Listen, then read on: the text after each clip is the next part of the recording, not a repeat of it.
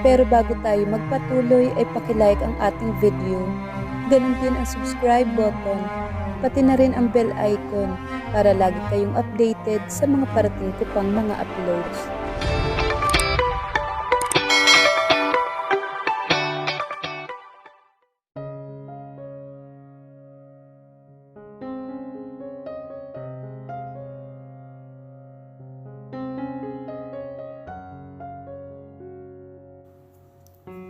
Amanda, masyadong maiksi ito. Magrereklamo sana si Angela dahil napakaiksi ng dress na pinasusuot sa kanya ni Amanda. Wala na kasi siyang nagawa ng hilahin siya nito sa isang kwarto doon pagkatapos nilang kumain. Wala pang 5 minuto ay may ipinasuot ito sa kanya na isang navy blue na dress na napaka-sexy. Manipis ang strap ng damit na iyon at mababa ang neckline. Kitang-kita tuloy ang kanyang cleavage sa damit na iyon. Papahiramin daw siya nito ng damit dahil magkakaroon ng photoshoot ang lahat ng bisita at hindi raw angkop ang suot niyang simpleng faded jeans at t-shirt dahil ang lahat ng mga bisita ay naka-formal wear, bukod tanging siya lamang ang kakaiba ang kasuotan. Isuot mo na yan, Angela. You look gorgeous. Tara na at baka umiyak na yung anak ko. May pagmamadali sa kilos ni Amanda. Hindi na raw niya kailangan ng makeup dahil natural na maganda na daw siya. Pinahiram na lang siya nito ng isang black sandals nito na medyo maluwang sa kanya ngunit hindi naman iyon halata. Wala pa rin siyang nagawa ng hilahin siya ni Amanda palabas ng kwartong iyon. Pinagsipilyo pa nga siya nito bago siya binihisa ng damit. Nahihiya na tuloy siya kay Amanda dahil sa tuwing magkikita silang dalawa ay pinagsisipilyo siya nito. Tinatanong niya kung bad breath ba siya ngunit ang isinasagot lang nito ay hindi iyon ang dahilan. Maganda na raw ang laging handa siya palagi. Hindi niya maunawaan kung para saan ang magiging handa niya palagi. Hindi na nito ipinaliwanag iyon. Basta ang gusto nito ay sundin lamang niya ito. Hawak ni Amanda ang kanyang kamay nang lumabas sila sa kwartong iyon. Guys, come on, magpipicture na tayo. Masayang anunsyo ni Amanda sa mga taong naroroon. Mababait ang pamilya at mga kaibigan ni Amanda na naroroon. Halos nasa 50 tao siguro sila sa malaking bahay na iyon na dumalo sa birthday party ng anak ni Amanda.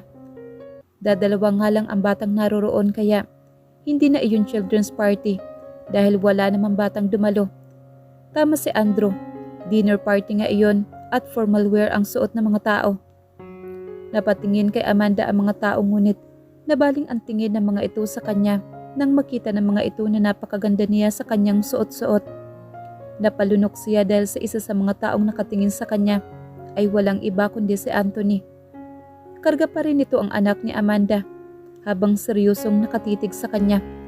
Nakakakilabot ang paraan ng pagtingin ni Anthony, lalo na nang mapansin niyang napadako ang tingin nito sa kanyang makinis na hita na nakalitaw sa kanyang cleavage. Kakaibang init sa kanyang katawan ang hatid ng mga tingin ni Anthony, kaya naman nag-iwas na lang siya ng tingin dito. Wow, you look stunning dear. Puri sa kanya ng mama ni Amanda nang mapansin nito ang ayos niya. Nahihiya siya ngunit inaya na lamang siya ni Amanda na pumwesto sila sa center stage kung saan naroon ang napakagandang disenyo para sa kaarawan ng anak ni Amanda. Lahat ng bisita ay pumwesto na sa mga upuan na nasa center stage at ang iba naman ay nakatayo lamang. Samantalang si Amanda at Anthony ang nasa gitna habang karga ni Anthony ang anak ni Amanda. Hindi niya mapigilang makaramdam ng pinong kirot sa kanyang puso dahil nagmukhang isang happy family ang mga ito. Lumapit naman si Andrew sa kanya at inakbayan siya. Bumulong ito sa kanya. Masakit yan. Huwag mo nang tingnan, mas masakit. Biro naman ni Andrew sa kanya dahil nakita pala nito ang paglungkot ng kanyang mukha. Hindi niya tuloy na iwasang mapangiti dahil sa ibinulong ni Andrew sa kanya. Sira, mahinang sabi na lang niya kay Andrew. Naputo lang ang pagbibiruan nilang dalawa ni Andrew nang marinig nila ang boses ng photographer. Sir Anthony, dito po kayo tumingin, sabi ng photographer habang kinukuha nito ang atensyon ni Anthony. Napatingin tuloy siya kay Anthony at parang tumalon ang puso niya nang makita niyang nakatingin ito sa kanya. Sa paraan ng pagtingin nito sa kanya ay para bang nagsiselos ito. Halos mag-isang linya kasi ang mga kilay nito sa pagkakakunot ng noon nito. Napalunok siya at nag-iwas ng tingin kay Anthony. "Nagselos ata sa atin, bruha ka. Ang ganda mo talaga." Bulong naman ni Andrew sa kanya. Pasimple niyang kinurot si Andrew sa tagiliran nito. Nagmukha tuloy sila naghaharutan. Lalong nainis si Anthony kaya naman na mag-umpisa na ang litrato ay nakasimangot ito sa lahat ng pictures nila. Maraming shots ng litrato ang kinuha ng photographer. "Per family naman," sabi naman ni Amanda. Tumabi muna sila ni Andrew sa isang gilid. Kinarga ng magulang ni Amanda ang apo ng mga ito at sila-sila lamang ang nilitratuhan. Sumunod naman ay ang mga tiyahin at pinsan ni Amanda ang kumarga sa bata upang magpalitrato rin. Hindi rin lumingon sa gawin ni Anthony dahil alam niyang nakatingin ito sa kanya. "Nakatingin dito si Sir Anthony. Parang gusto nang baliin ang buto ko, bruha ka." Bulong ni Andrew sa kanyang tainga habang nakaakbay pa rin ito sa kanya. "Huwag kang magulo, Andrew." Pasimple niya itong pinagalitan dahil mas kumakabog na malakas ang kanyang dibdib. Hindi rin niya maiwasang kiligin sa mga tingin ni Anthony sa kanya. Parang gusto tuloy niyang maniwalang type siya ni Anthony. "Kakabulong mo sa akin, umaasa tuloy akong bruha ka." Pagalit niyang wika kay Andrew ngunit halos bulong lamang iyon. Habang busy sa paglilitratuhan ang batch by batch, "Umaasa ka, girl. Ramdam ko ikaw ang may hawak sa puso ni Sir." Kinikilig pang bulong sa kanya ni Andrew. "Gaga, tumahimik ka na, Andrew. Please." Lalo lang kasi siyang kinikilig at umaasa. "Angela, pwede bang magpa-picture kayo ni Anthony with my baby?" Agaw naman ni Amanda sa kanyang atensyon. "Ha?" Napanganga siya sa tanong na iyon ni Amanda. Bakit naman sila magpipictures ni Anthony at kasama pa ang anak ni Amanda? "Kasi ikaw at si Anthony talaga ang ninong at ninang ng baby ko. Di ba sabi ko sa'yo dati, please?" Hirit naman ni Amanda upang pumayag na lamang siya. Napatingin naman siya kay Anthony. Seryoso itong nakatingin sa kanya habang karga-karga na ulit nito ang anak ni Amanda. Pumuesto na si Anthony sa center stage at para siya na lang ang hinihintay nito. "Sige na, girl, picture lang naman." "Sa sex nga pumayag ka." Biro naman ni Andrew sa kanya. Mabuti na lang at mahina lang ang boses nito at walang nakarinig ng sinabi nito. "Sira ka talaga." Pinandilatan niya ng mata si Andrew dahil tinulak pa siya nito. Lalo siyang kinabahan ngunit ayaw niya namang mag-inarte pa. Nahihiya rin siya sa ibang bisita na naroroon. Dahan-dahan siyang lumapit kay Anthony at sabay binakarga-karga nito. Kahit nahihiya ay kinakabahan siya, ay tumabi pa rin siya sa binata. Nakatayo lamang ito kaya nakatayo lang rin siya sa gilid nito. Sa pagkakataon na iyon ay pakiramdam ni Angela na isa rin silang one happy family. Parang sumigla ang puso niya sa isipin na iyon. Balak niyang kunin ang litrato na iyon sa photographer kapag napaprint na nito ang mga pictures nila. Ngumiti siya sa harap ng kamera at hindi na lang niya tiningnan si Anthony. "Sir Anthony, dito po ang tingin." Agaw pansin muli ng photographer kay Anthony. Napalunok siya dahil nakatingin nga si Anthony sa kanya nang tumingala siya dito. Parang saglit na nag-uusap ang kanilang mga mata nang magtama ang paningin nila. Kung palabas lang ang tagpong iyon sa mga teleserye, ay baka may background music pa iyon. Sobrang lagkit kasi ng tingin ni Anthony sa kanya. Nginitian niya ito ng tipid kaya ngumiti rin ito sa kanya. Mukhang nagustuhan nito ang pagngiti niya. "Dito na po ang tingin, Sir Anthony." At miss, naiinis na yata ang photographer sa kanilang dalawa. Namula tuloy ang kanilang mga pisngi ni Anthony. Napigil niya ang kanyang paghinga nang maramdaman niya ang isang kamay ni Anthony ay dahan-dahan na humapit sa kurba ng kanyang baywang. Damang-dama niya ang init at kiliti na dumadaloy sa buong katawan niya sa simpleng paghawak nito doon. Pasimple pa nitong pinisil ang baywang niya. Lalong bumilis ang tibok ng puso niya. Pilit lang tuloy ang ngiti niya dahil nasa kamay ni Anthony ang atensyon niya. Nais pa niyang mapakagat labi dahil mas hinapit pa siya nito ng husto palapit sa katawan nito. Nang matapos silang litratuhan ay parang nanghihina na ang kanyang tuhod. Bakit sa simpleng paghaplos at pagpisil nito sa baywang niya ay ganito na lang ang tindi ng epekto sa kanyang katawan? Parang ayaw pang bitawan ni Anthony ang baywang niya, ngunit siya na ang kusang lumayo kay Anthony. Lumakad na lang siya papunta sa kinatatayuan ni Andrew. "Girl, ano yun? Siguro naman hindi ka manhid, no?" Pigil ang kilig na boses na wika ni Andrew. Sininyasan na lang niya ito na huwag itong makulit. Kumapit siya sa braso ni Andrew dahil nanghihina yata ang kanyang mga tuhod. Paglingon niya kay Anthony ay wala na ito sa pwesto nila kanina. Iba na rin ang may karga sa anak ni Amanda. Saan kaya ito nagpunta? "Nandun sa bar, mukhang iinom," bulong ni Andrew sa kanya nang mahalata nitong hinahanap ng kanyang mga mata si Anthony. Dahan-dahan siyang lumingon sa minibar ng party na iyon. Naroon nga si Anthony at mukhang balak nga nitong uminom. Inisanlagok lang kasi nito ang hawak nitong baso na naglalaman ng alak. "Kung ako sa'yo, girl, bakit di mo kaya kausapin si Sir Anthony? Try mo lang. Kapag sa kanya mo mismo narinig na si Amanda pa rin ang mahal niya, tsaka ka na mag-move on. Pero payo ko sa'yo, girl, may something talaga akong nararamdaman. Feel ko, ikaw talaga ang bet ni Papa Anthony," bulong ni Andrew sa kanya. Sa tingin niya may punto ito. Nais na rin niyang malaman kung ano ba siya sa buhay ni Anthony. Nais niya rin itanong dito kung may pag-asa na ba siyang mahalin nito o si Amanda pa rin ba ang gusto nito, para malinawan na rin siya. "Sige, mamaya kakausapin ko siya."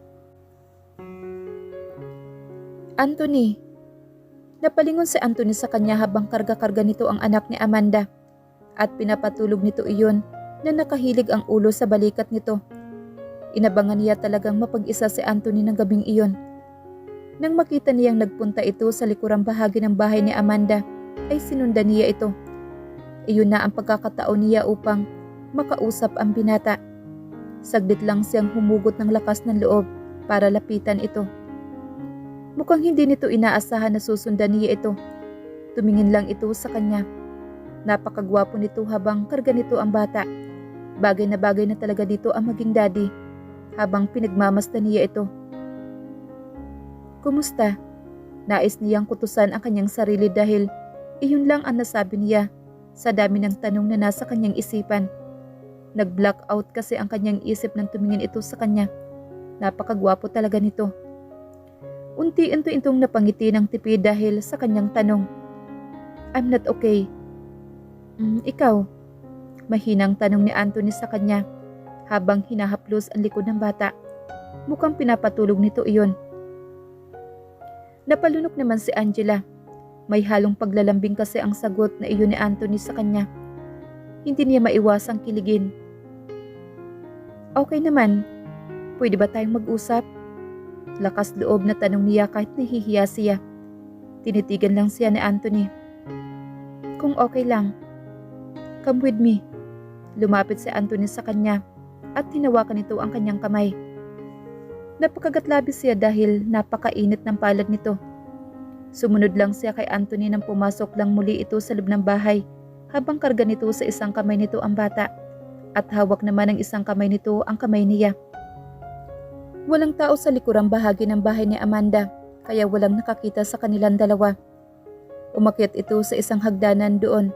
Tahimik lang siyang sumunod kung saan siya dadalhin ito. Napakagatlabi na lamang siya sa tuwing pipisilin ni Anthony ang kanyang mga kamay. Nang makaakyat sila ay pumasok sila sa isang kwarto. Sa tingin niya kwarto iyon ni Amanda at ng anak nito. May isang kulay itim na king-size bed at may malaking litrato ni Amanda at ng asawa nito sa isang malaking frame na nakasabit sa ibabaw ng kama. Litrato iyon ng kasal ng mga ito.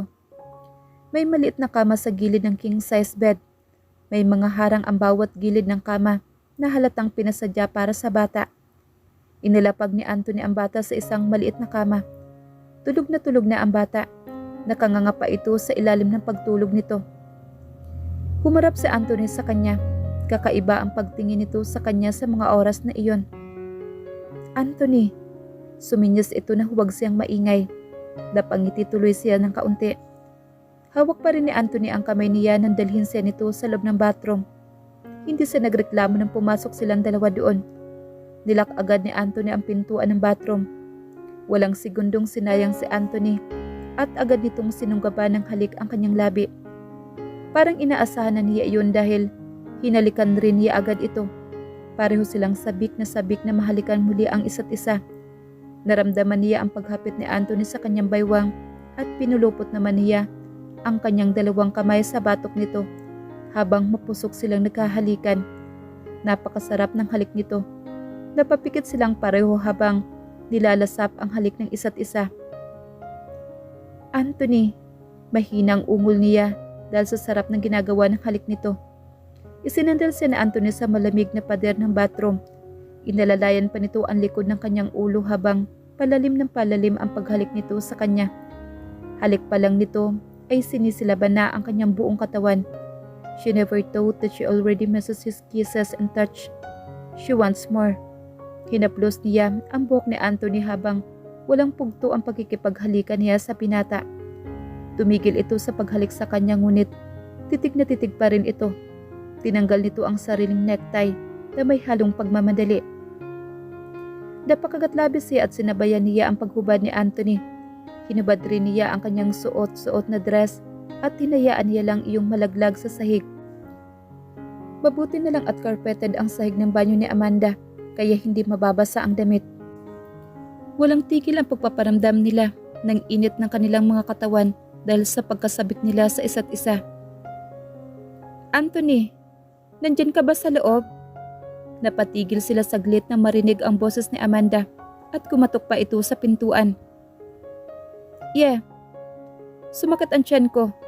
Pagsisinungaling ni Anthony at muntik na itong mapaungol dahil sige pa rin ito sa ginagawa sa kanya. Okay. Kaya pala umuungol ka dyan. Baba muna kami ni baby ha. By the way, nakita mo ba si Angela? Hinahanap kasi siya ni Andrew. No. Halos paungol na sagot naman ni Anthony. Mas nanggigil pa ito sa kanya at halos mawalan siya ng ulirat sa ginagawa nito. O sige, mamaya bibigyan kita ng diatabs, flavor, condom. Darinig nilang tumawa si Amanda at mukhang nahulaan itong may ginagawa silang milagro sa loob. Paanong hindi mahahalata? Inapakalakas ng ungol nilang dalawa kanina. Napangiti na lang si Anthony at tinudo na ang ginagawa sa kanya.